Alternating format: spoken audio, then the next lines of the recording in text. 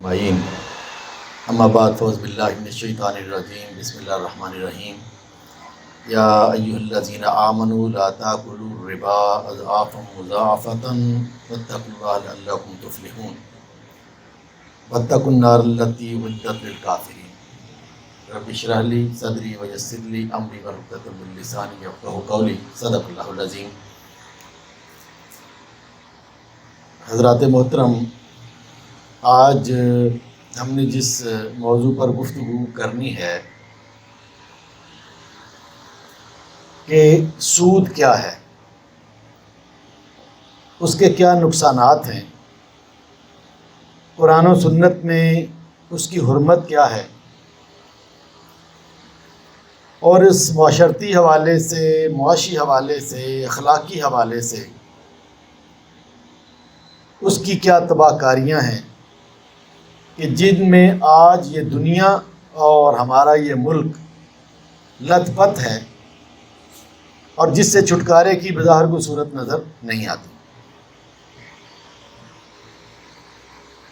قرآن عظیم الشان میں اللہ تعالیٰ فرماتے ہیں کہ ایمان والو، یہ بڑھتا اور چڑھتا سود کھانا چھوڑ دو اور اللہ سے ڈرو، امید ہے فلاح پا جاؤ گے۔ اس آگ سے بچو جو کافروں کے لیے مہیا کی گئی ہے۔ ہمارے پاس وقت کم ہے اور موضوع جو ہے یہ کافی لمبا ہے، اس کے لیے کم از کم 1 گھنٹہ پوری طرح آپ کو بیان کرنے کے لیے درکار ہے، تو اس لیے میں اس میں ذرا چیزیں مختصر کرتا چلا جاؤں گا۔ پہلی بات کیا ہے کہ سود ہے کیا، سود کی تعریف کیا ہے۔ میں اگر آپ کو بالکل آسان لفظوں میں سمجھاؤں، سود کو عربی میں ربا کہتے ہیں۔ لغوی طور پر اس کا مطلب ہے اضافہ کرنا، بڑھوتی، اضافہ، کسی بھی چیز کو بڑھانا، یہ اس کو ربا کہتے ہیں۔ اور اس کی جو تعریف سادہ سی اگر میں یہ آپ کو سمجھاؤں تو یہ ہے کہ سرمایے کے استعمال کا معاوضہ سود کہلاتا ہے۔ سرمایے کے استعمال کا معاوضہ سود کہلاتا ہے۔ مثلا آپ مکان استعمال کرتے ہیں، کرائے پر لیتے ہیں،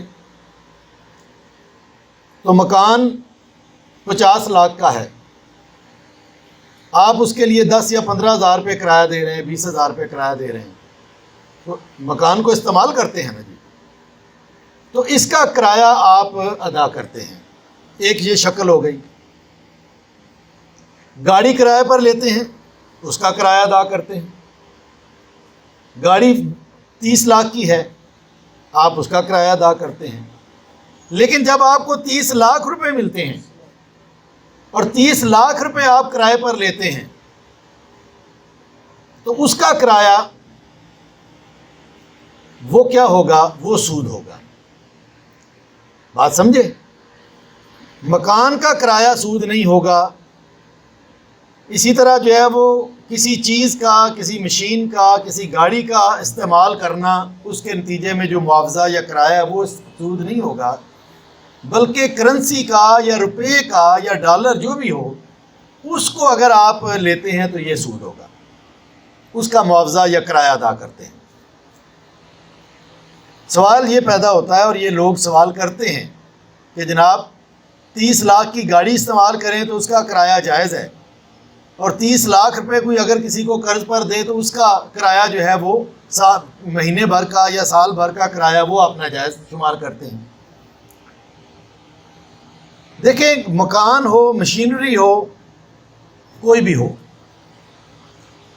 وہ جب استعمال ہوتی ہے تو انگلش میں لفظ استعمال ہوتا ہے یوز، وہ یوز ہوتی ہے۔ جب ہم اسے یوز کرتے ہیں تو وہ موجود رہتی ہے اپنی جگہ پر، اپنی اصل حالت میں موجود رہتی ہے، کچھ پرانی ضرور ہو جاتی ہے۔ مکان میں تھوڑی بہت ٹوٹ پھوٹ ہو جاتی ہے، گاڑی جو ہے وہ ظاہر ہے کہ آپ چلائیں تو اس میں انجن آئل کے بدلنے کی ضرورت پڑ جاتی ہے، یا اس کی کچھ ٹوٹ پھوٹ ہو جاتی ہے۔ لیکن جب آپ روپیہ اصل حالت میں وہ برقرار رہتی ہے، اس کو یوز کرتے ہیں۔ لیکن جو ایسی چیز جس کو یوز کرنے کی بجائے کنزیوم کیا جائے، خرچ کیا جائے، جیسے روپے کو خرچ کیا جاتا ہے، 30 لاکھ روپے آپ نے لیا، آپ نے خرچ کر کے سال بعد 31 لاکھ روپیہ واپس کیا، 1 لاکھ اس کا کرایہ دیا، تو 30 لاکھ جب آپ واپس کرتے ہیں تو وہ اصل تو نہیں ہوتے، وہ جو لیے ہوئے ہوتے ہیں، کیوں جی، وہ تو استعمال ہو چکے ہوتے ہیں، یوز کنزیوم ہو چکے ہوتے ہیں، خرچ ہو چکے ہوتے ہیں۔ بس یہی کوئی بھی ایسی چیز کہ جس کو ہم کنزیوم کرتے ہیں، خرچ کرتے ہیں، اس کا کرایہ سود ہوگا۔ یہ تو میں نے عام الفاظ میں آپ کو اس کو سمجھایا ہے۔ میں اس کے قرآن و سنت کے حوالے آج بیان نہیں کروں گا۔ میرا خیال میں ہم میں سے کوئی ایسا فرد نہیں ہے کہ جو اس کے بارے میں جس کو کوئی ابہام ہو کہ اللہ نے اپنے قرآن عظیم الشان میں نے جو آیت بیان کی ہے اس کا بھی ترجمہ میں نے آپ کے سامنے بیان کر دیا ہے کہ بڑھتا چڑھتا کھانا سود کھانا چھوڑ دو، اور اس کے بارے میں سخت وعیدیں آئی ہیں کہ یہ اللہ اس کے رسول کے خلاف اعلان جنگ ہے، اور اس کو جو ہے وہ قرار دیا گیا ہے کہ جیسے کوئی سود کھاتا ہے، جس طرح کوئی کتا باولا ہو جاتا ہے، بالکل اس کی یہ کیفیت ہو جاتی ہے۔ اس طرح کی بے شمار آیات قرآن میں موجود ہیں۔ اس طرح احادیث میں بھی اس کے بارے میں متعدد احادیثیں موجود ہیں۔ یعنی ایک تو ایسی حدیث ہے کہ آدمی کانپ ہی جاتا ہے سن کر کہ آپ صلی اللہ علیہ وسلم نے فرمایا کہ سود کے 70 اجزاء ہیں، سود کے 70 اجزاء ہیں، اور اس میں سے ایک جز سود کا اتنا بڑا گناہ ہے کہ کوئی اپنی ماں کے ساتھ زنا کرے۔ اب اندازہ کیا جا سکتا ہے کہ سود کتنا بڑا جرم ہے، اور فرمایا کہ سود لینے والا، سود دینے والا، سود لکھنے والا، اور سود کا کاروبار اس کو گواہی دینے والا، یہ سارے لوگ سود کے جتنی بھی دستاویز ہیں یہ سب کے سب جو ہے وہ یہ حرام ہے۔ اچھا، اب یہاں میں قرآن و سنت کے حوالے بیان نہیں کرنا چاہتا، اس لیے کہ اس پر ہمارا سب کا اتفاق ہے کہ سود لینا حرام ہے، سود دینا حرام ہے، یہ ناجائز ہے۔ بات میں اس سے ہٹ کر کرنا چاہ رہا ہوں کہ جو عام طور پر ہمارے سامنے نہیں کی جاتی۔ پہلی بات تو یہ ہے کہ سود جو ہے اس کی میں نے ایک ابتدائی تعریف آپ کے سامنے بیان کی۔ مولانا مودودی رحمۃ اللہ علیہ تفہیم القرآن میں اور اپنی کتاب، بہت معروف کتاب سود میں، سود کی جو تعریف کرتے ہیں وہ بھی میں آپ کے سامنے بیان کروں۔ قرض میں دیے ہوئے راس المال، راس المال سے مراد جو اوریجنل مال ہوتا ہے، راس بھی جس کو کہتے ہیں ہم، وہ کیش بھی ہو سکتی ہے، وہ کوئی چیز بھی ہو سکتی ہے۔ قرض میں دیے ہوئے راس المال پر جو زائد رقم مدت کے مقابلہ میں شرط اور تعین کے ساتھ لی جائے، غور سے سنیں، قرض میں دیے ہوئے راس المال پر، یعنی پہلی چیز کیا ہوئی کہ آپ نے کوئی چیز یا روپیہ یا کوئی کموڈٹی یا کوئی چیز قرض دینی ہے، کسی کو دینی ہے جو بعد میں وصول کرنی ہے۔ قرض میں واپسی تو ہوتی ہے نا جی، تو پہلی شرط کیا ہو گئی اس کی؟ قرض پر کوئی ویلیویبل چیز دینا۔ یہاں تک سمجھ آ گئی بات؟ اس کے بعد قرض میں دیے ہوئے راس المال پر جو زائد رقم، دوسری شرط اس کی کیا ہوئی کہ اگر آپ 1 لاکھ روپیہ کسی کو دیتے ہیں اور 1 لاکھ ہی واپس لے لیتے ہیں تو زائد رقم تو نہ ہوئی، وہ آپ نے اتنا ہی لیا۔ لیکن اگر آپ 1 لاکھ دے کر کہتے ہیں جی اچھا 1,10,000 لوں گا مہینے کے بعد یا سال کے بعد یا 6 مہینے کے بعد، تو گویا کہ اس پر زائد رقم ہو گئی۔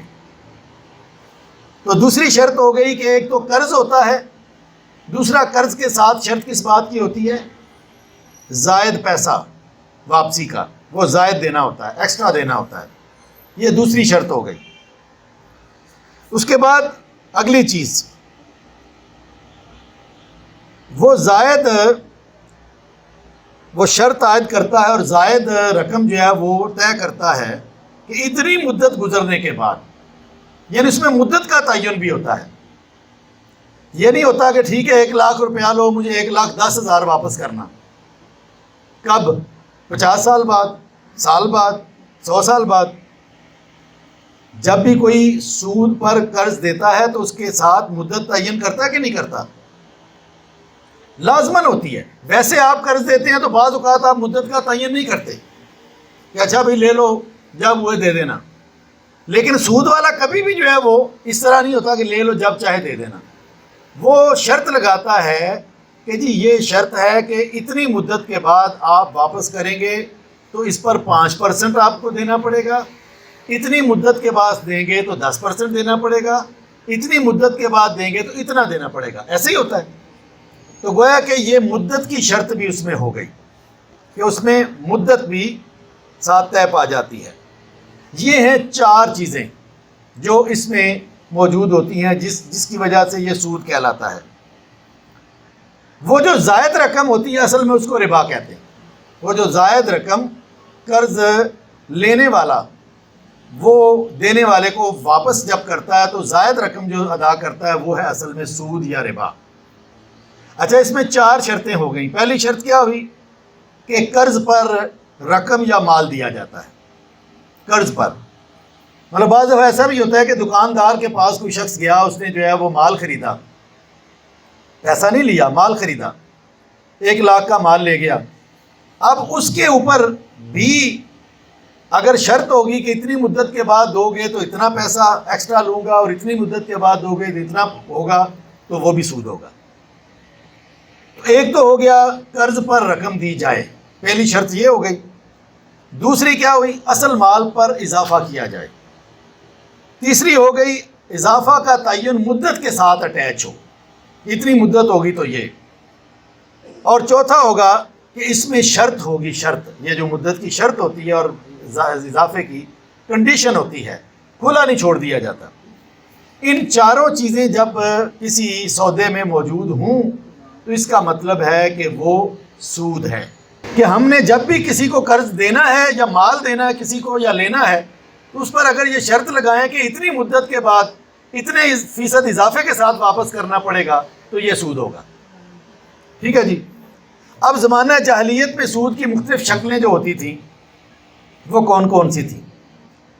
ایک تو سادہ سی چیز ہے کہ کوئی شخص کسی کو چیز فروخت کرتا اور جب قیمت کی ادائیگی کی بات ہوتی تو ایک وقت مقرر کر دیتا کہ یہ 1 لاکھ روپے کا مال ہے تو ٹھیک ہے تم اس کو مہینے بعد واپس کر دینا، 1 لاکھ روپے آئی. 1 لاکھ کا مال ہے، 1 لاکھ روپیہ مہینے کے بعد دے دینا. لیکن اگر 2 مہینے لگائے تو پھر میں اتنا زائد لوں گا. یعنی اگر بر وقت دے دیا تو ٹھیک ہے، اگر زائد ہوا تو اتنا ایکسٹرا ہوگا. تو وہ جو شرط لگ جاتی ہے اتنے مزید ایکسٹرا ہونے کی، وہ اصل میں سود ہوتا تھا. آج کل اس کی کون سی شکل آپ کے سامنے ہے؟ بجلی کا بل، اسکول کی فیس، یوٹیلٹی بلز کہ 27 ستمبر تک جو ہے وہ بل ہے 2100 روپیہ، اور اگر 27 کے بعد جمع کروائیں گے تو یہ ہو جائے گا 2300 روپیہ. ہے نا ایسا ہی؟ وہ جو 200 روپے اوپر ہوتا ہے یہ سود آپ دیتے ہیں، ہم اس کو جرمانہ سمجھتے ہیں، یہ سود ہے. اور اگر جو ہے وہ کوئی اسکول، میں اسکول میں بیٹھا ہوں، اسکول میں اگر اسکول والا کہتا ہے کہ جی آپ 10 تاریخ تک فیس دیں گے تو 1000 روپیہ، اگر 10 کے بعد ہوگی تو 1100 روپیہ، تو وہ 100 روپیہ سود کا ہوتا ہے. تو یہ ایک شرط ہوتی تھی، ایک طریقہ یہ ہوتا تھا اس وقت سود کا کہ وقت پر دو گے تو پورے پیسے واپس، اس سے زائد ہوگے تو اتنا زیادہ دینا پڑے گا، سود کی ایک شکل. دوسرا یہ ہوتا کہ ایک شخص دوسرے کو قرض دیتا اور اس سے طے کر لیتا کہ اتنی مدت کے بعد اتنی رقم اصل سے زائد دو گے. اس کو عام طور پر ہم سود سمجھتے ہی ہیں کہ کسی کو 1 لاکھ روپیہ دیا اور کہا کہ ٹھیک ہے بھائی مہینے کے بعد یہ 1,02,000 دو گے، یا 6 مہینے کے بعد 1,10,000 یا 1,12,000 جو بھی مدت اور وہ سارا. تو وہ زائد جو ہے وہ ایک یہ بھی طریقہ تھا، یہ آج بھی یہ طریقہ ہوتا ہے. تیسرا ہوتا ہے کہ قرض میں دینے والے اور لینے والے کے درمیان ایک خاص مدت کے لیے سود کی ایک شرح طے ہو جاتی کہ ٹھیک ہے بھئی یہ پیسے ہیں، سال کے بعد 1 لاکھ پر 10,000 طے ہو گیا، اور اس مدت کے بعد قرض لینے والے کو اصل رقم بما سود کے واپس کرنی ہوتی، اور اگر واپس نہ کرتا تو سود کی شرح بڑھا دی جاتی کہ بھئی سال بعد دو گے تو 10% اور سال کے بعد دو گے تو 12% یا 15%. تو یہ بھی سود کی ایک شکل ہوتی. اور ایک چوتھی شکل کیا ہوتی جس کو کمپاؤنڈ انٹرسٹ یا سود مرکب کہتے ہیں، کہ طے ہو جاتا کہ بھئی یہ 1 لاکھ روپیہ سال کے بعد تم نے 1,10,000 10% مجھے دینا. لیکن اگر سال بعد وہ نہیں دے سکا تو پھر اگلا سال جو ہے وہ 10% 1,10,000 پر لگے گا. سمجھے جی؟ کیونکہ اب وہ کہے گا کہ 10,000 آپ نے دینا تھا وہ نہیں دیا نا، عملاً آپ کی طرف میرا 10,000 اور ہو گیا. اب اگلا سال چڑھ گیا، اگلے سال کے لیے 10% کیا ہے؟ 1,10,000 پر 10%. یہ IMF اور ورلڈ بینک سارے اسی طرح کرتے ہیں. تو یہ 4 صورتیں ہوتی تھیں سود کی، اور آج بھی تقریباً یہی صورتیں سود کی کسی نہ کسی شکل میں موجود ہیں. اچھا جی، سود حرام کیوں ہے؟ بنیادی طور پر تو ہمارے لیے تو اتنی کافی ہے کہ اللہ نے حرام کیا ہے، اللہ کے نبی نے حرام کیا ہے، تو ہمارے لیے یہ کافی ہے. اس میں جمع تفریق، اس کا فائدہ نقصان نکالنے کی ہمیں ضرورت ہی کوئی نہیں. لیکن مصیبت یہ ہے کہ آج کی پوری دنیا سود میں لت پت ہے، اور وہ بحث کرتی ہے کہ نہیں جی نہیں، وہ سود اور تھا، وہ تو جناب انڈسٹری کے لیے اور کاروبار کے لیے نہیں ہوتا تھا، وہ تو لوگ اپنی ضروریات کے لیے لیتے تھے، تو وہ تو بڑا گھنونا جرم تھا. اور یہ جو ہے یہ تو ہم کاروبار کے لیے اور بڑے بڑے پروجیکٹ کھڑے کرنے کے لیے سود لیتے ہیں، تو یہ تو وہ سود نہیں ہے، اس لیے یہ حرام نہیں ہے. اس کو تو مارک اپ کہتے ہیں. تو سود کا نام مارک اپ کہنے سے کیا وہ سود ختم ہو سکتا ہے؟ وہ جو کسی نے کہا نا، خرد کا نام جنوں رکھ دیا، جنوں کا خرد، جو چاہے آپ کا حسن کرشمہ ساز کرے. تو نام بدلنے سے وہ کام تو نہیں بدل جاتا، کام تو وہی رہے گا. اس لیے پہلی بات تو یہ ہے کہ یہ قرآن و سنت میں اس کو واضح طور پر حرام کیا گیا ہے. لیکن ہمارے مختلف جو ہے وہ چینلز پر، ہمارے میڈیا میں، ہمارے عام لوگ، مسلمانوں میں ایک بڑی تعداد ایسی ہے کہ جو سود کے مختلف جواز گھڑتے رہتے ہیں. اس لیے ضروری ہے کہ ہم ان کو ان کی زبان میں بتائیں کہ بھئی یہ سود کتنا نقصان دہ ہے. پہلی بات تو یہ ہے کہ جب کوئی سود لینے والا جو ہے اس کے اندر ایک انتہائی ظالمانہ اور سفاک مزاج پیدا ہو جاتا ہے. سود لینے والے، یہ وہ جو سود خور ہوتے تھے، بنیے خاص طور پر، اب بھی ہیں ادھر ہمارے، ان کو یہ پرواہ نہیں ہے کہ اس نے جو پیسہ لیا تھا اس کا بیچارے کا ضائع ہو گیا، کاروبار میں گھاٹا پڑ گیا یا کیا ہوا. ان کا کیا ڈیمانڈ ہوتی ہے کہ میرا پیسہ نکالو، مجھے نہیں پتا، میرا پیسہ نکالو، اور اگر مزید ہے تو پھر میں اس پر مزید لگاؤں گا. اچھا، وہ بڑھتا رہتا ہے اور کبھی بھی واپس اکثر لوگ نہیں کر پاتے. وہ سود دیتے رہتے ہیں اور اصل زر جو ہے اس میں اضافہ ہوتا رہتا ہے، سود بھی پورا نہیں دے پاتے. تو اس سے ظالمانہ صفت پیدا ہوتی ہے اس معاشرے میں اور اس دینے والوں میں. اور ہمدردی اور ایثار یہ صدقات سے پیدا ہوتی ہے، اور سود سے نفرت اور ایک منفی جذبات اور ایک ظالمانہ مزاج یہ پیدا ہوتا ہے، نفسا نفسی پیدا ہوتی ہے. ایک تو یہ اس کے اخلاقی نقصانات ہیں. اب میں آخر پر جو اس کے معاشی نقصانات ہیں جن لوگوں کو بتانے کی ضرورت ہے، جو اس کو مانتے نہیں ہیں، میں ان کی طرف آؤں گا. دیکھیں، یہ آپ کی قیمتوں میں اضافہ ہو رہا ہے نا، آپ کے علم میں ہونا چاہیے کہ ان قیمتوں میں ایک اضافے کی بڑی شرط اور بڑی وجہ کیا ہے؟ سود. کیسے؟ آپ نے جو کپڑے پہنے ہوئے ہیں، آپ دکان سے 7 میٹر کا کپڑا لائے ہوں گے، 6-7 میٹر کا آپ نے سلوایا ہوگا، یا بعض نے سلا سلایا خریدا ہوگا. سب سے پہلے اگر معاشرے میں سود رائج ہو تو پھر ظاہر ہے کہ ہر کاروباری سود لے گا نا جی، سود پر بزنس کرتا ہے. یورپ میں تو ایسے ہی ہوتا ہے، ہمارے ہاں بھی کسی حد تک ایسا ہوتا ہے. کاٹن کاشت کرنے والے نے، کسان نے سود پر قرضہ لیا، کھاد کے لیے، ٹریکٹر کے لیے، وغیرہ وغیرہ وغیرہ. اچھا، جب اس نے اس کاٹن کی قیمت مقرر کی تو اپنے خرچے تو نکالے گا نا. فرض کر لیں کہ اس کاٹن میں اس نے 100 روپے، 70-80 روپے اس کے خرچے ہوئے، کھاد کا، فلاں کا، ہل کا، اور 10 روپے یا 12 روپے اس کا خرچہ ہوا سود پر. جو پیسے لیے ہوئے تھے وہ بھی تو واپس کرنے ہیں نا. تو ٹوٹل پھر اس کو 92 روپے میں پڑ گیا. 8 روپے اس نے اوپر رکھ کر 100 روپے میں چیز بیچ دی، کاٹن بیچ دی. اب بتائیں کہ اس میں 8 یا 10 12 روپے قیمت کے اندر سود کے پڑے کہ نہیں پڑے؟ وہ آگے انہوں نے جیننگ والوں کو دے دی، اسپننگ والوں کو دے دی۔ اب دھاگے کی فیکٹری نے بھی سودی قرضے پر فیکٹری چلائی ہوئی ہے، وہ جب دھاگا بنائے گا اور دھاگے کا ریٹ نکالے گا تو اس میں سود نکالے گا کہ نہیں نکالے گا؟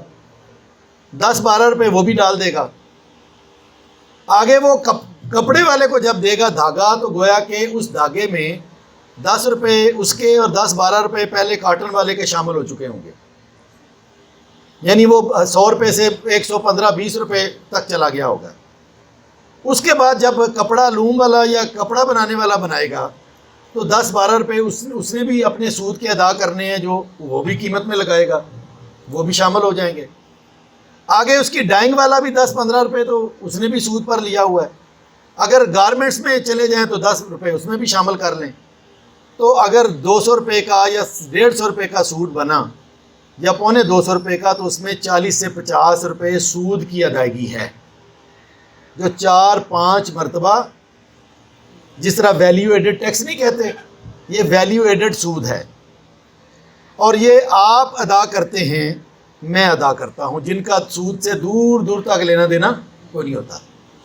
یعنی جب ہم ایک گز فرض کر لیں کہ ہمارا 1000 روپے کا ہم ایک سوٹ خریدتے ہیں، تو سمجھ لیں کہ 1000 روپے میں 100 روپے کا ریٹ یا 70 روپے یا 100 روپے سود کے ہم پے کر رہے ہوتے ہیں۔ تو قیمتیں چڑھی کہ نہ چڑھی؟ اچھا، لیا کس نے، دیا کس نے، اور بھگتا کس نے؟ پھر وہ کہتے ہیں نہیں جی نہیں، یہ تو کاروباری سود تو سود ہوتے ہی نہیں ہے، وہ کم بختو جس نے گھر کے لیے لیا ہے وہ تو اس نے خود بھگت رہا ہے، یہ تو ہم نے لیا بھی نہیں ہے اور آپ کا لیا وہ ہم بھگت رہے ہیں، یہ زیادہ ظالمانہ نہ ہوا؟ یہ تو کسی کو بیچارے کو پتہ بھی نہیں ہے کہ میں قیمت میں جو ہے وہ سود 100 روپے کا دے رہا ہوں۔ یہ تو عوام کے ساتھ اتنا بڑا ظلم ہے اور اتنی بڑی زیادتی ہے عام کنزیومر کے ساتھ کہ جس کا کوئی اگر حساب کرنا چاہے تو وہ ان کی بوٹیاں نوچ لے۔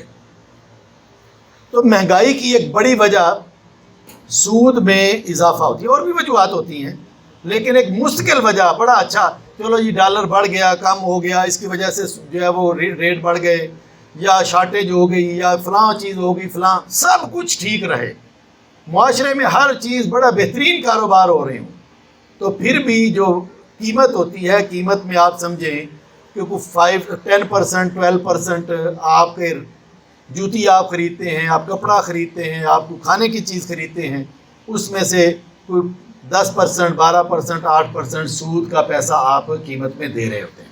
اچھا، ایک اور جو کبھی کبھی آپ نے سوچا کہ 10-15 سالوں کے بعد اچانک مندہ پڑ جاتا ہے مارکیٹ میں، فیصل آباد کے رہنے والے، وہ جی کام ہی کوئی نہیں جی، بڑا مندہ ہے جی، بڑی بری حالت ہے جی۔ اچھا، پھر وہ 2 سال مندہ بھگتنے کے بعد آہستہ آہستہ پھر صورتحال بہتر ہو جاتی ہے، پھر بہتر ہوتے ہوتے پھر 2-4 سال کے بعد صورتحال بڑی بہتر ہو جاتی ہے، بڑے کاروبار چمکنے لگتے ہیں، لومیں پھر نئے سرے سے چلنے لگتی ہیں، پھر 5-7 سال کے بعد پھر ڈھیلا ہونا شروع ہو جاتا ہے۔ جو لوگ کاروباروں سے وابستہ ہے وہ مجھے بتائیں کہ پچھلے 40 سالوں میں کم از کم 3 سے 4 مرتبہ تو یہ سائیکل آیا کہ نہیں آیا؟ ہماری آنکھوں کے سامنے آتا ہے۔ کبھی کاروبار بالکل ٹھنڈے ہو جاتے ہیں، پھر بہتر ہو جاتے ہیں، پھر ٹھنڈے ہو جاتے ہیں، پھر بہت اچھے ہو جاتے ہیں، اس طرح۔ یہ کیوں ہوتا ہے؟ 100% سود کی وجہ سے۔ کیسے ہوتا؟ یہ ہے کہ جب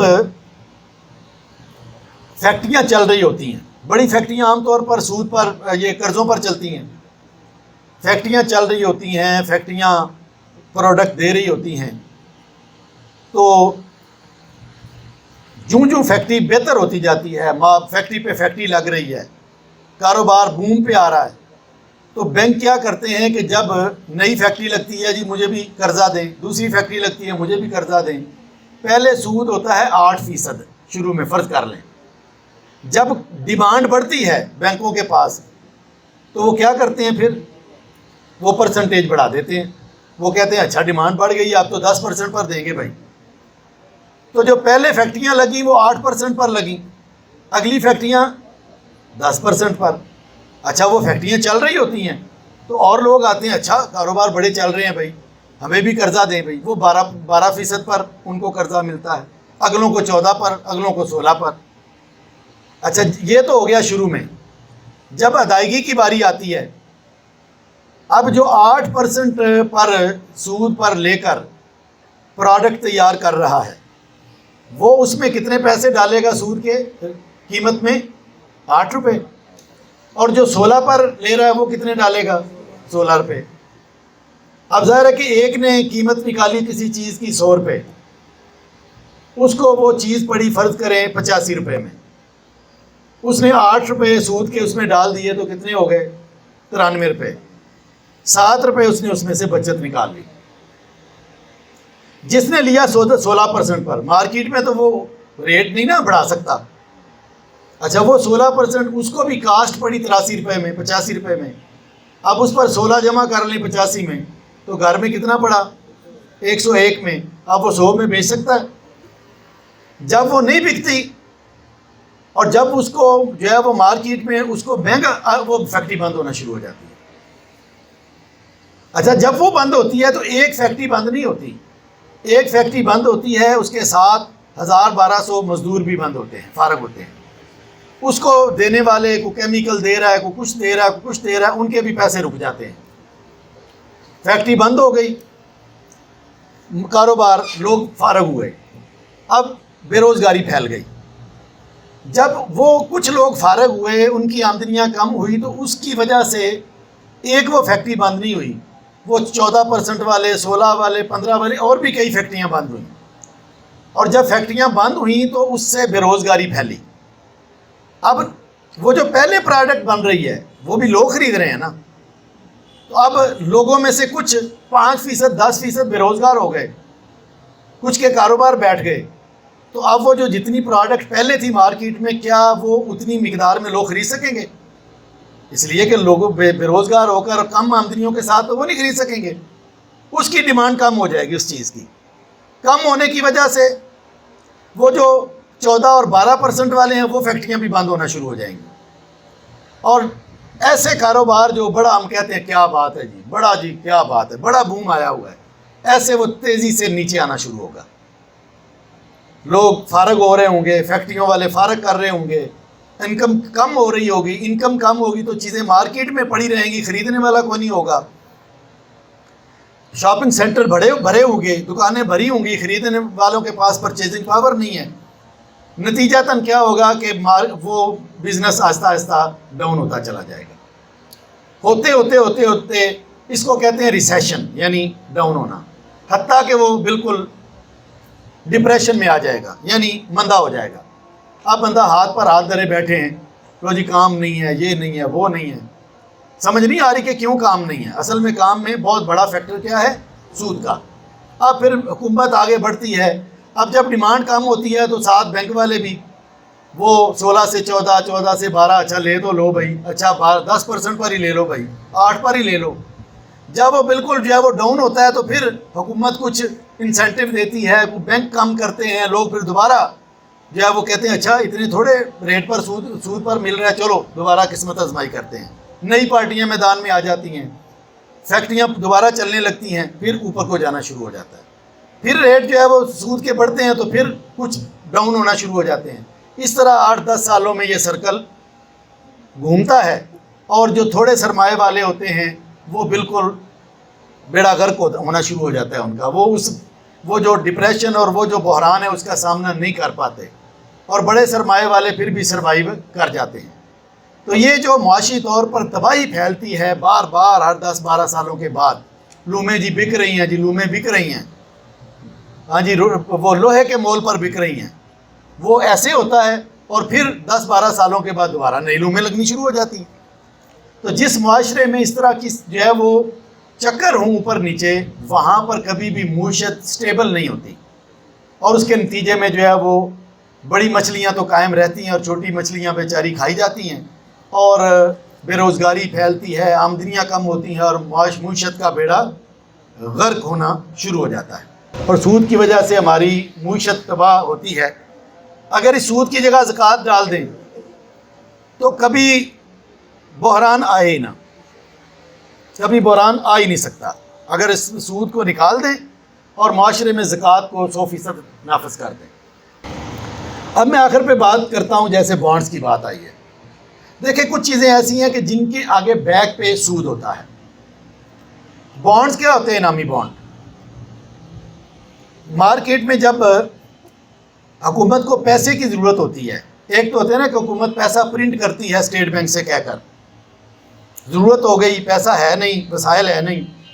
ایک طریقہ یہ ہوتا ہے کہ وہ اسٹیٹ بینک سے کہتی ہے کہ جی آپ بانڈ چھاپیں، وہ بانڈ چھاپتی ہے، بانڈ چھاپ کر وہ لوگوں سے کہتی ہے، بھی لالچ دیتی ہے کہ یہ انعام نکلے گا، آپ یہ بانڈ لے لیں، واپس کرنا چاہیں گے تو واپس بھی ہو جائے گا۔ جوا نہیں ہوتا، وہ جوا میں تو واپس کچھ نہیں نہ ہوتا۔ اچھا، وہ بانڈ 1 ارب کے بانڈ دیے مارکیٹ میں، 1 ارب لے لیا، اس کو خرچ کر لیا، اور وہ جو بانڈ ہیں وہ اس پر انعام دے دیا۔ اچھا، انعام کیسے دیا کہ وہ جو 1 ارب لیا نا جی، اس کو آگے بینکوں کو دے دیا قرض، وہ جو 1 ارب آیا وہ آگے قرض دے دیا۔ اب قرض میں سے فرض کر لیں کہ ان کو بچا 1 ارب میں سے 12 کروڑ، تو 12 کروڑ میں اگر 2 کروڑ انعام دے دیں گے لوگوں کو تو باقی 10 کروڑ تو جیب میں جائے گا نا، 10 کروڑ جیب میں، اور اس طرح بانڈ جو ہے وہ، اب مجھے اور آپ کو جو بانڈ کی رقم ملتی ہے انعامی بنیادی طور پر، وہ سود کی رقم ہوتی ہے، اس لیے انعامی بانڈ کی رقم بہرحال سود کی رقم ہے، طے شدہ۔ اچھا، اس میں 2 رائے ہیں علماء کی۔ ایک رائے تو بڑی سیدھی سادی ہے کہ جب اس میں انہوں نے کیش اور ادھار کا ریٹ مختلف کر دیا تو وہ جو ہوا جی 2 ماہ کے بعد دیں گے تو اتنا ریٹ ہوگا تو وہ سود ہے۔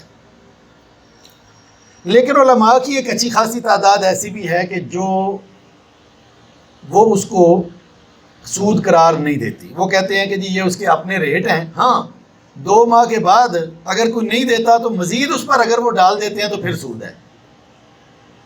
یعنی انہوں نے کہا نا جی کہ یہ ریٹ ہے، اس کی مرضی ہے کہ آپ بھئی یہ خریدنا چاہتے ہیں، ٹھیک ہے، میں اس کو جو ہے وہ آپ کو 12 روپے میں بھی دیتا ہوں۔ اب 2 ماہ کے بعد 12 روپے اس نے واپس کرنے ہیں تو واپس نہیں کرتا تو مزید اگر اس پر وہ لگائے گا پرسنٹیج تو وہ تو سود ہوگی، اور اگر نہیں لگائے گا تو سود نہیں ہوگی۔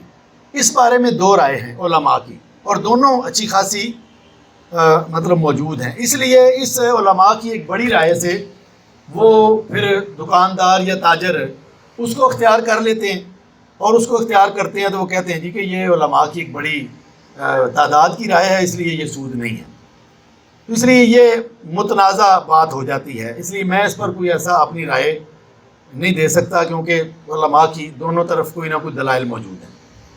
اسلامک بینکنگ نے سود سے ہٹ کر کوشش کی ہے، کہیں کہیں اس میں کچھ گڑبڑ ہونے کا امکان ضرور ہوتا ہے چونکہ یہ نظام وہی ہے چل رہا، لیکن میں ذاتی طور پر سمجھتا ہوں کہ انہوں نے اس کو کافی حد تک سود سے پاک کرنے کی کوشش کی ہے، اور میرے خیال میں تو اس میں کوئی حرج نہیں ہے۔ لیکن اگر کہیں کہیں وہ ملکی قانون کے تحت مجبور ہوتے ہیں تو یہ پروڈکٹ وائز دیکھ لینا چاہیے ہمیں کہ بھئی یہ اس میں کوئی گڑبڑ تو نہیں ہے۔ جی آپ نے پوچھنا تھا۔ میں نے یہ پوچھنا تھا، آپ نے بجلی کے بل کا ذکر کیا، ہاں جی، اس سے واسطہ تو ہمارا سب کو ہی پڑتا ہے، یعنی کسی کا معاشی حالت کی وجہ سے لیٹ ہو گیا، اور کوئی ایسے بھی ہیں معاشی مستحکم ہیں، وہ بھول گیا، بل نہیں دے سکا، تو ہم نے تو زیادہ پھر دینا ہے نا، ہاں، تو وہ ہم کس کھاتے میں آئیں گے؟ یعنی ہم تو پھر گناہگار ہوئے نا سر۔ اصل میں بات یہ ہے جی کہ جہاں پر تو ہم ہیں مجبور سسٹم کے ہاتھوں، وہاں پر ہمیں چھوٹ ہے، لیکن ایسے ہی چھوٹ نہیں ہے کہ ہم اس سسٹم میں چھوٹ بھی حاصل کریں اور سسٹم پر مطمئن بھی ہو جائیں۔ اگر ہم سسٹم میں مطمئن ہیں تو گناہ گار ہیں، اور اگر سسٹم کے خلاف جد و جہد کر رہے ہیں کہ یہ بدلا جائے، اور مجبوراً یہ ہماری جب تک یہ بدلا نہیں جاتا ہم کوشش کر رہے ہیں تو یہ ہماری مجبوری ہے، تو پھر گناہ گار نہیں ہے۔ اب جو اس سسٹم میں مزے سے جو ہے وہ سود بھرتا ہے مجبوراً ہی صحیح، اور اس نظام کے تبدیلی کی کوشش نہیں کرتا تو وہ گناہ گار ہے۔